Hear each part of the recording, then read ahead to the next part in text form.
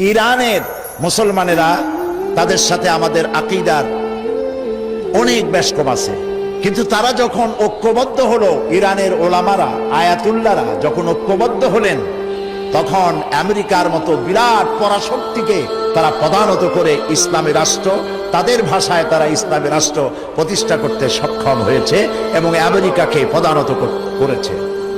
এখানে আয়াতুল্লাহ খমিনীর একটি কথা আমার মনে পড়ে, কি সাহস তার! ইমান আকীদা যাই থাকুক, আকীদার প্রশ্নে আমরা আপোষ করব না, কিন্তু এই কথাটা তো বলতেই পারি। যখন আমেরিকা তাকে বলেছিল যে আমার দূতাবাস থেকে যে 56 জনকে গ্রেফতার করা হয়েছে আমেরিকান, এদেরকে ছেড়ে দাও, তা না হলে তোমার খাদ্য রসদ আমেরিকা থেকে যত সাহায্য যায় সব বন্ধ করে দেওয়া হবে। আয়াতুল্লাহ খমেনী জবাব দিয়েছিলেন আমেরিকান প্রেসিডেন্টকে, তুমি কারে খাবারের ভয় দেখাও?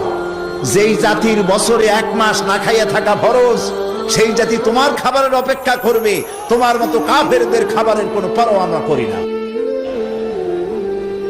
মুসলমানেরা যখন ঐক্যবদ্ধ হয়েছিলেন, আল্লাহ তাদেরকে বিজয় দান করেছিলেন। সেখানে ঐক্যবদ্ধ হওয়ার জন্য আসুন তাওহীদের উপর ঐক্যবদ্ধ হই, খাতমে নবুয়তের আকীদার উপর ঐক্যবদ্ধ হই, শিরক এবং বেদাতের বিরুদ্ধে কথা বলি, একই সুরে বলি, একসাথে বলি, জীবনকে বাজি রেখে বলি। আল্লাহ তাআলা তৌফিক আমাদেরকে দান করুন। হাদা মা ইনদি ওয়াল ইলমু ইনদাল্লাহ আলাইহি তাওয়াক্কালতু ইলাইহি উনীব। ওয়াসসালামু আলাইকুম ওয়া রাহমাতুল্লাহি তাআলা ওয়া বারাকাতুহু।